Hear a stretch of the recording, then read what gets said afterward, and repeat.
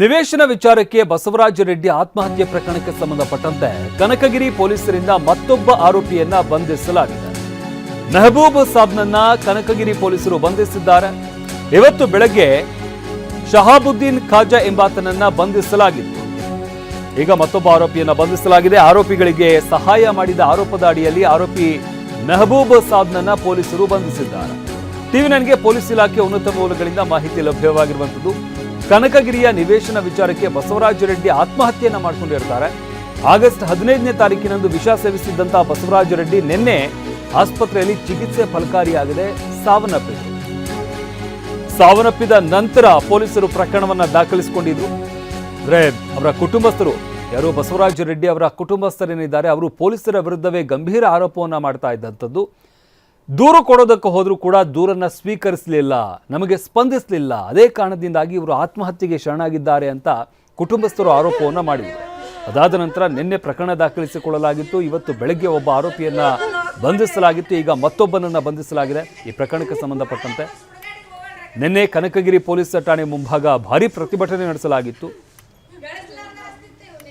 ಬಸವರಾಜ ರೆಡ್ಡಿ ಪತ್ನಿ 4 ವಿರುದ್ಧ ದೂರನ್ನ ದಾಖಲಿಸಿದ್ರು. ಮಹಾಬಲಿ ಸಾಬ್ ಏವನ್ ಆರೋಪಿ ಮಹಾಬಲಿ ಸಾಬ್ ಈತ ಇನ್ನೂ ಕೂಡ ತಲೆಮರೆಸಿಕೊಂಡಿದ್ದಾನೆ. ಹುಸೇನ್ ಸಾಬ್, ದಾದಾಫೀರ್ ಹಾಗೂ ಶಹಾಬುದ್ದೀನ್ ವಿರುದ್ಧ ದೂರನ್ನ ದಾಖಲಿಸಿದ್ದಂತಹ ಬಸವರಾಜ ರೆಡ್ಡಿಯ ಪತ್ನಿ ಇವತ್ತು A4 ಶಹಾಬುದ್ದೀನ್ ಖಾಜಾ ಈತನನ್ನ ಬಂಧಿಸಿದ್ದಾರೆ ಕನಕಗಿರಿ ಪೊಲೀಸರು. ಆರೋಪಿಗಳಿಗೆ ಸಹಾಯ ಮಾಡಿದ ಆರೋಪದ ಅಡಿಯಲ್ಲಿ ಮತ್ತೊಬ್ಬನನ್ನ ಬಂಧಿಸಲಾಗಿದೆ. ಆರೋಪಿ ಮೆಹಬೂಬ್ ಸಾಬ್ನನ್ನ ಕನಕಗಿರಿ ಪೊಲೀಸರು ಬಂಧಿಸಿದ್ದಾರೆ.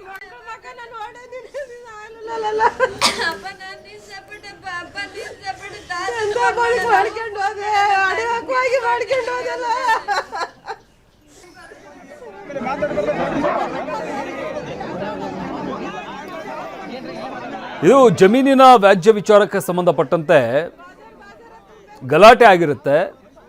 ಯಾರು ಗಲಾಟೆ ಮಾಡಿದ್ರು ಅವರ ವಿರುದ್ಧ ದೂರನ್ನು ಕೊಡೋದಕ್ಕೆ ಅಂತ ಬಸವರಾಜ್ ಎಂಬಾತ ಪೊಲೀಸ್ ಠಾಣೆಗೆ ಹೋಗ್ತಾರೆ. ಆದರೆ ಅಲ್ಲಿ ಅವರ ದೂರನ್ನು ಸ್ವೀಕರಿಸೋದಿಲ್ಲ, ಅವರಿಗೆ ಯಾವುದೇ ರೀತಿಯಾದಂಥ ಸ್ಪಂದನೆ ಸಿಗೋದಿಲ್ಲ. ಅದಾದ ನಂತರ ನಗರಸಭೆ ಅಧಿಕಾರಿಗಳನ್ನು ಭೇಟಿ ಮಾಡೋದಕ್ಕೆ ಹೋಗ್ತಾರೆ, ಅಲ್ಲೂ ಕೂಡ ಅವರಿಗೆ ಸ್ಪಂದನೆ ಸಿಗೋದಿಲ್ಲ. ಇದರಿಂದ ಬೇಸತ್ತಂತಹ ವ್ಯಕ್ತಿ ಆತ್ಮಹತ್ಯೆಗೆ ಶರಣಾಗಿರ್ತಾರೆ. ಸದ್ಯಕ್ಕೆ ಈ ಪ್ರಕರಣಕ್ಕೆ ಸಂಬಂಧಪಟ್ಟಂತೆ ಈಗ ಇಬ್ಬರನ್ನ ಬಂಧಿಸಲಾಗಿದೆ.